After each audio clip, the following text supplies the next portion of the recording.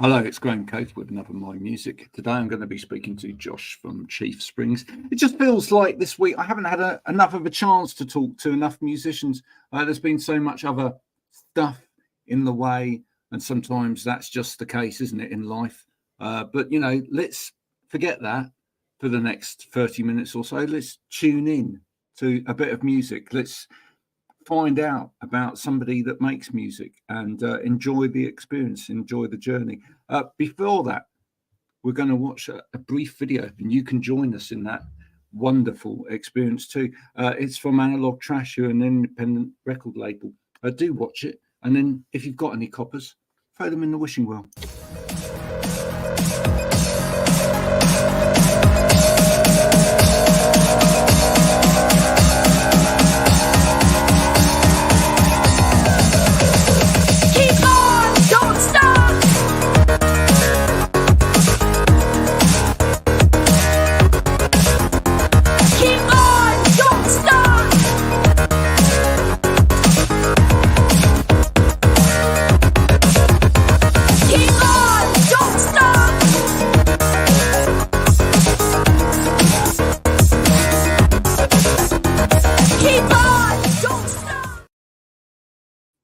Hi Josh, thanks so much for joining me today. Today's random moment right at the start here is found this by my desk today. This is a pigeon in France, looking at a couple sitting on the bank near the Eiffel Tower, probably wondering what they're doing, as the couple are probably wondering what that pigeon's doing. But there we go. Everything in life is a wonder. Josh. Yeah. How are you, sir? Where are you coming from? I'm coming from North London. Firstly, thanks for having me. Sophisticated operation you've got running here. And well, yeah, when I remember to put the money in the meter, or get the hamsters running around the wheel to generate enough electricity for it to happen. But no, it's a pleasure having you, sir. And it's hot in North London today, I gather. Certainly is. It's a real sweatbox here, so I'm trying to sort of conserve my energy for when I truly need to move. Yeah, there you go. It's sunny in Somerset as well today. Obviously, by the time this reaches other parts of the ether, it may be raining. It probably will be because this is England. Tell me a little bit about Chief Springs. When did you start together?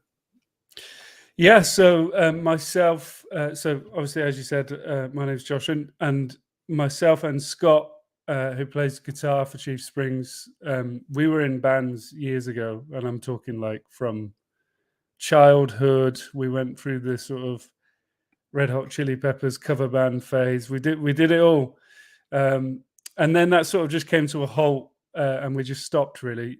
Was that because your mum didn't like you singing "My Mouth Was Made to Suck Your Kiss" or something like that? No. To be honest, I didn't. She didn't go. I didn't really go through the approval process with mum on the Red Hot Chili Peppers lyrics. But yeah, probably a good job, really. Yeah. It was that was a well that I didn't want to dive into. But after we got over that phase.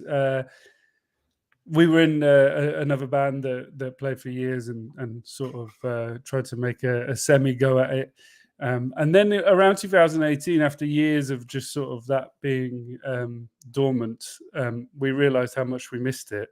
Found ourselves in a situation where in the house where I was living in had a piano that wasn't mine, but we were able to sort of use that space and the piano to sort of just play around with some ideas, and it came up with the first song, and the spark had there was a spark there, and we wrote one song, put it out as a different name under a different name, and then decided to call ourselves Chief Springs and get some friends on board. So we essentially sort of recruited some of our friends that we know played instruments and came together, and then the pandemic happened. Did you, in between those early informative years when you were listening to the Chili Peppers and covering their songs, between then and now, presumably you probably still like the Chili Peppers, but your listening expanded, and you listen to other things, and you've now got probably a more grown-up sound. Would you say that's fair to say? From when we were a Red Hot Chili Peppers cover band, yeah, I would say it's much more grown up. There were a couple of different artists, obviously, that had more of an impact then, and sort of pushed us into our probably sort of default sensibility, which I would say is sort of trying to aim for like that sort of loud, quiet, dreamy palette that was sort of, I think, informed by liking post-rock bands in our teens. But I mean, probably this is probably the same for so many white men in bands, but probably the most formative record was In Rainbows in 2008, which really sort of hammered home what I would go on to love after that.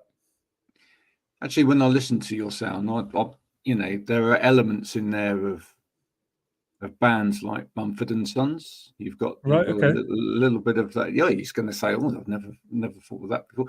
You've got an element of the kind of folk rocky element to the sound, but you've also, to me, especially with the voice, because it's a big voice, you've got elements of things like elbow as well.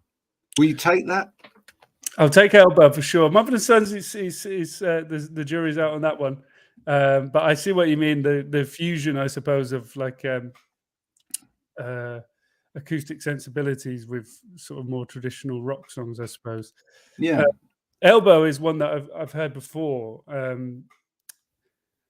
And I think that sort of Elbow have a bit of a weird reputation as sort of lacking any edge. But if you listen to the tunes, like God, they've got a really super expansive back catalogue and have taken some like risks. They've played with genre and they've played with different sounds. And I tell you what, if my voice is being compared to Guy Garvey's in any way, shape, or form, then I will take it. You'll take that every day. Yeah, I think you have got a big voice like that, and it's always baffled me in a way, because Elbow are seen as kind of a safe state, almost stately like band that, as you say, are not necessarily edgy, but I think they're much more edgy than a lot of people actually give them credit for, and I feel that it's certainly a band that sounds to me like they've listened to a lot and they've inhaled a lot of life, and I get that a little bit from listening to you as well, which I think's a nice thing to have. A lot of music these days can sound very immediate and very almost sort of produced for the moment. But right. you've got a nice timelessness about your music, which I think's wonderful. So there we go. That's lovely to hear. Yeah.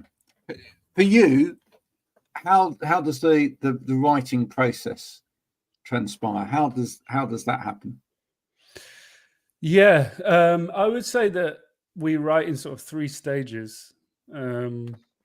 And it's probably quite similar to a lot of people, even if they probably don't want to talk about this side of it. There's a lot of voice notes being sent back and forth that are recorded on our iPhones. So first off, we'll send ideas back and forth to each other. And once you've got sort of that first element of the song that sparks further creation, you can sort of build on it. I think we do use that quite regularly, send memos back and forth. And then once we've got a decent amount of ideas, we'll sort of come together to sort of combine them and build upon them together to see sort of what comes to life and is worth pursuing even further. And then what we'll do is usually that will then become a garage band demo or something that we sort of really try and refine. And then it goes to the studio. So it really is a case of just sort of playing with ideas until there's enough that have made you think that they're worth pursuing as full songs, and then taking them to the studio. And we've been really lucky in the past to work with our friend Jamie Ward, who's in the band Maybeshewill, Dark Horse, produced an unbelievable amount of like really good music. in Leicestershire. So yeah, it's that's the process, and usually it ends up we'll end up with like the ones who have made it through the process of the voice apps, because you'd be amazed to see how many are left behind on the voice app. Oh, yes, it's the same for a lot of the bands. Is Chief Springs quite a diplomatic affair, or is there somebody who's more of a yes person, someone that's more of a no person, and they have to be persuaded?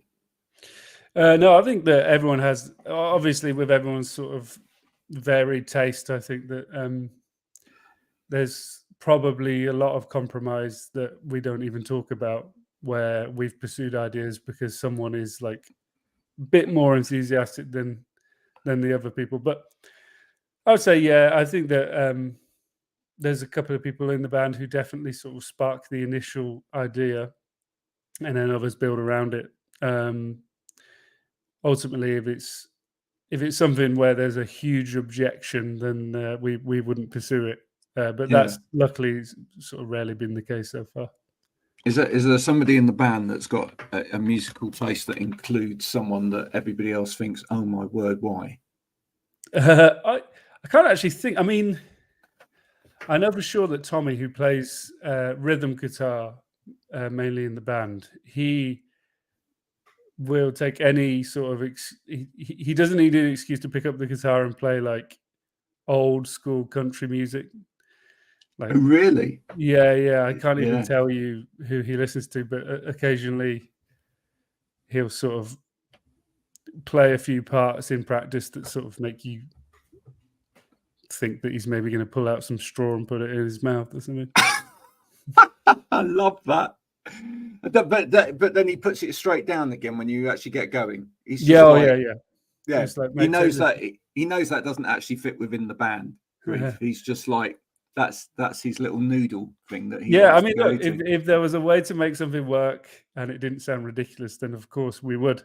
But there's probably loads of stuff. I mean, it's we're certainly not a band who discriminate in terms of taste, because as I've got a little, as I've gotten into my 30s, I've sort of realized that what I think is the least cool thing is to pride yourself on things you don't like. Yeah. Like in teenage years, and I've been certainly guilty of it, and certainly I think that maybe as time's gone on, as a culture, we've sort of moved past a little bit the whole like building your identity on what you don't like, and just embracing anything that sort of takes your fancy, really, and anything that inspires you. We've talked about it on this program before. I think in days of yore, we probably sort of like, as you say, built our identity a lot more around what we wore and around, how what we wore was probably something to do with the music that we listened to. And we had those subcultures and those clubs, etc. And you were either this or you were that. But listeners these days, partly probably because there's so much music out there now, and it's so much more accessible, are probably listening to music across genre so much more, and it's and probably artists are becoming a lot more genre fluid as well in terms of what they're producing, which actually has that been a struggle for you at all, especially in terms of distribution of your music? I know a few of the artists that I've spoken to have really struggled at the point where they've had to then upload it to Spotify, because what do you then put it under? Yeah, that is a tough one. It's hard to, like, especially like we've been lucky to work with some distributors, and when you are sort of labeling it for them, you get like 3 categories you can put it under, and even though some people will have to probably give 1 single category to put it under, 3 still seems like it's not enough. I know you just want to put it under fantastic. Yeah. You want to put it under just give it a chance, just listen.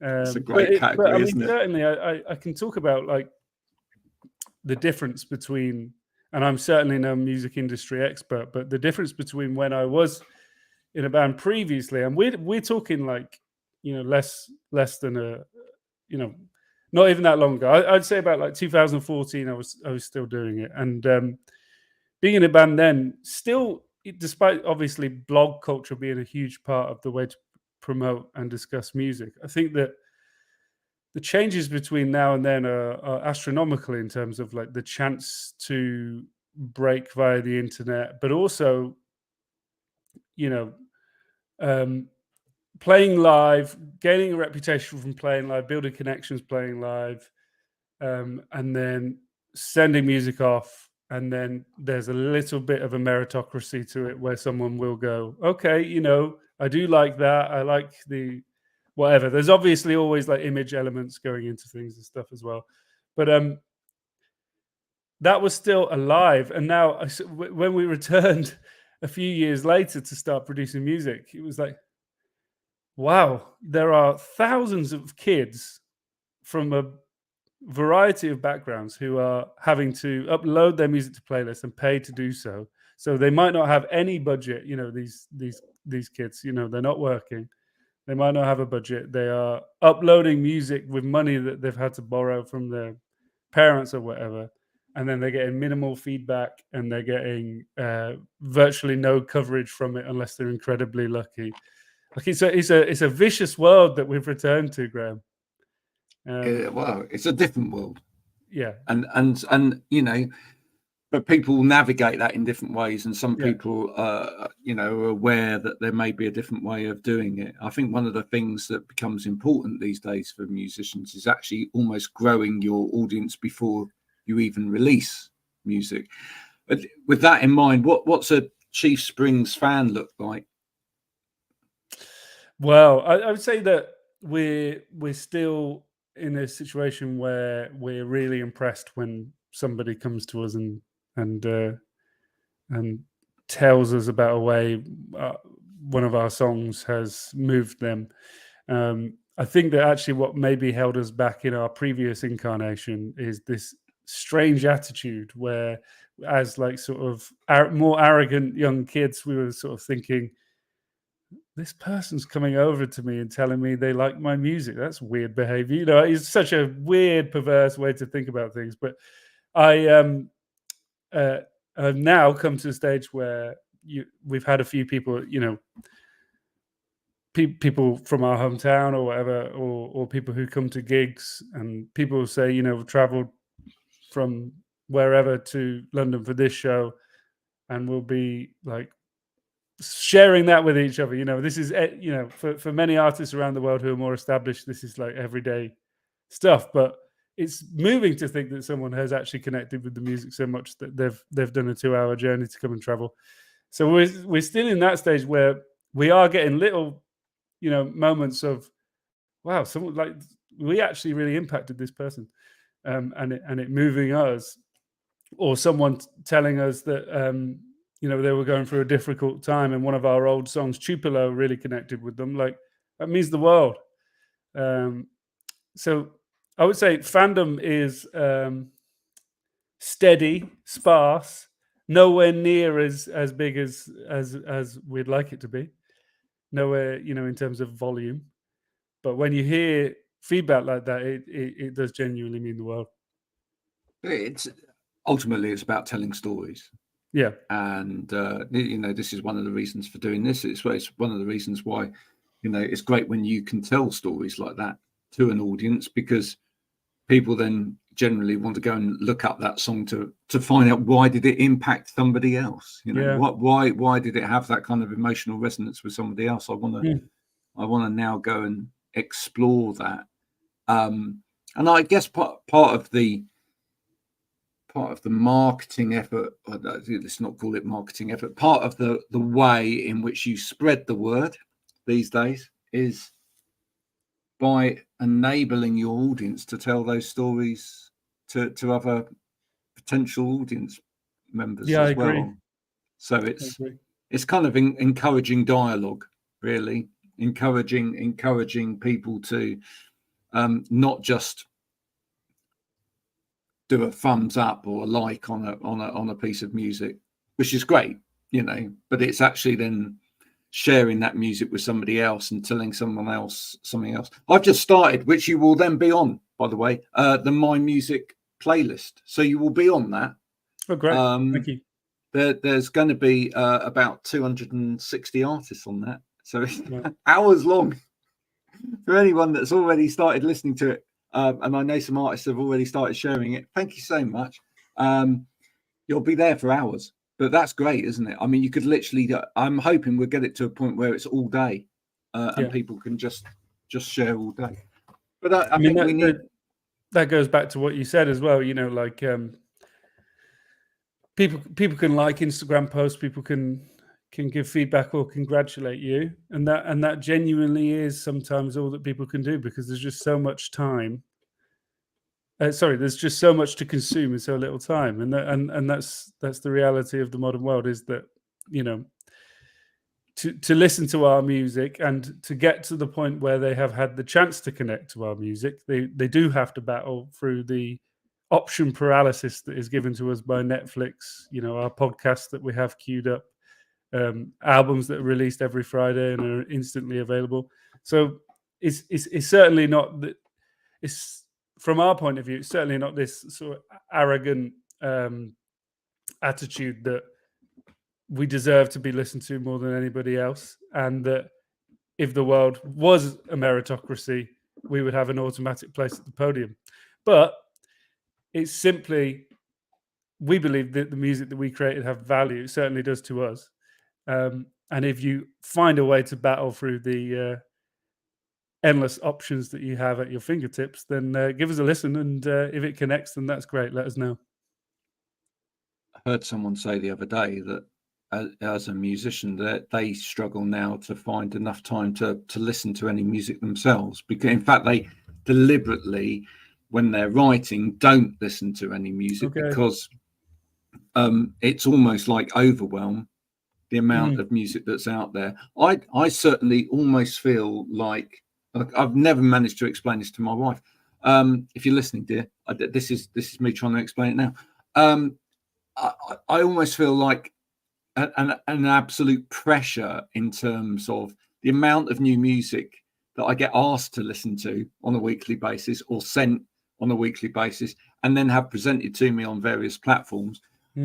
It's almost depressing, because I think I'm going to die one day and there's still going to be all this more music coming out, and I'm never ever going to have a chance to do it. Whereas when I'm young, it never felt like that, because it was much more tangible in a way. I kind of almost understood it in my head that, you know, these were the albums that I could afford to spend my money on and have, and then there was these other ones that I just didn't have the money for. You know, but now it's all there. But how are you? It's same across everything, as a listener, really, isn't it? Yeah. How does that impact you as a band?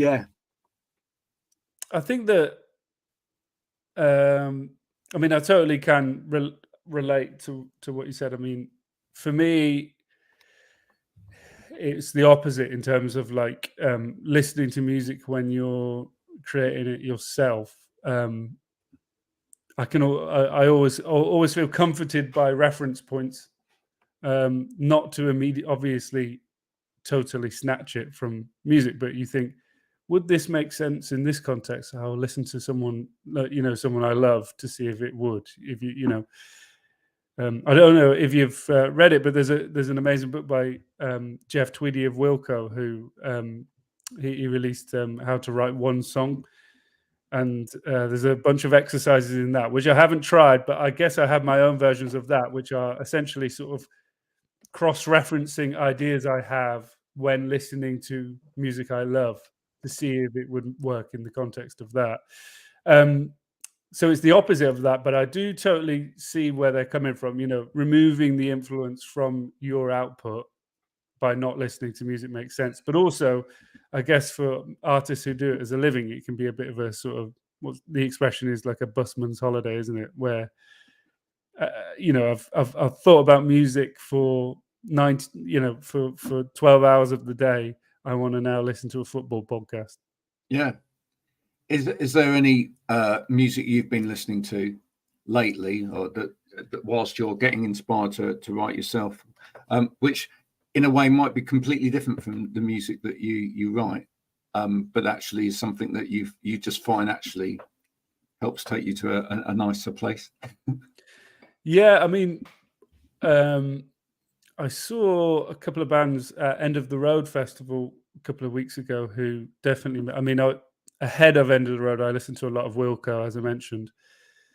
And they're sort of the standard in terms of like alt rock, I suppose, for a lot of people. And I think that, but what really blew me away was Ezra Furman. She put on an absolutely incredible performance at End of the Road, and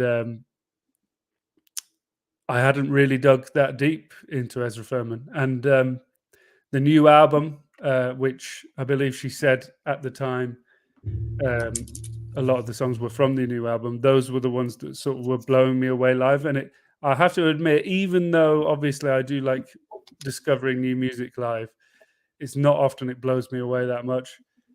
So I've been listening to that a lot. And I feel like certainly like sonically with the combination of maybe like a more progressive acoustic sound and, you know, combining post-rock music with synths and traditional acoustic rock. She's doing that at a really high level. So I'd say Ezra Furman is one of them. And the band Antlers, really incredible. Oh yeah. They released an EP, and I think that they are incredibly underrated band because they just keep putting out really beautiful EPs, I suppose. Yeah, I totally agree. In fact, I brought an Antlers record in the middle of London one time and listened to it all the way back on the train. It was a marvelous opportunity. And you know, for some reason, I don't know what it is. Some music just travels really well. And when I mean travels, you literally, if you're traveling while you're listening to it, it works in transit. I agree. If you're ever wanting to maybe pick up something that you can listen to in transit, try the Antlers. There we go. Yeah, Josh, it's been wonderful speaking to you about your music. For anyone that hasn't discovered Chief Springs yet, where's the best place for them to go and find said music? Yeah, so we're on all your favorite streaming platforms as Chief Springs. I always feel an inclination to say it as clearly as possible. Chief Springs, largely because a couple of people have thought I'd say cheese strings. Maybe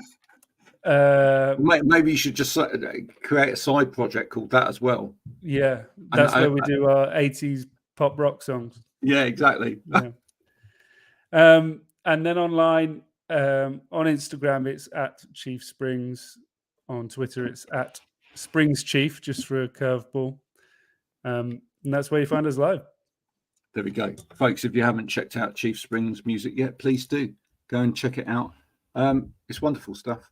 Josh has got a wonderful voice, and you'll be mesmerized.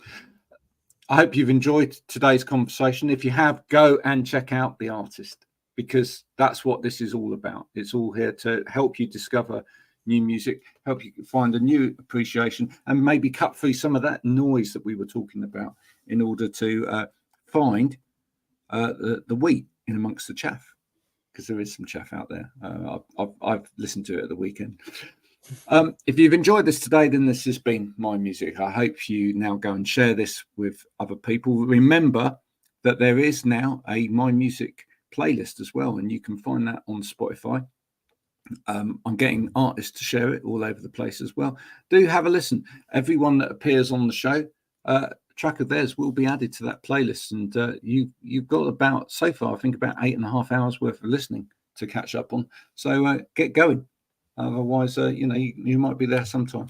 Josh, thank you so much for coming on today. Thank you very much. It's been a pleasure meeting you. Bye, everybody. Take care.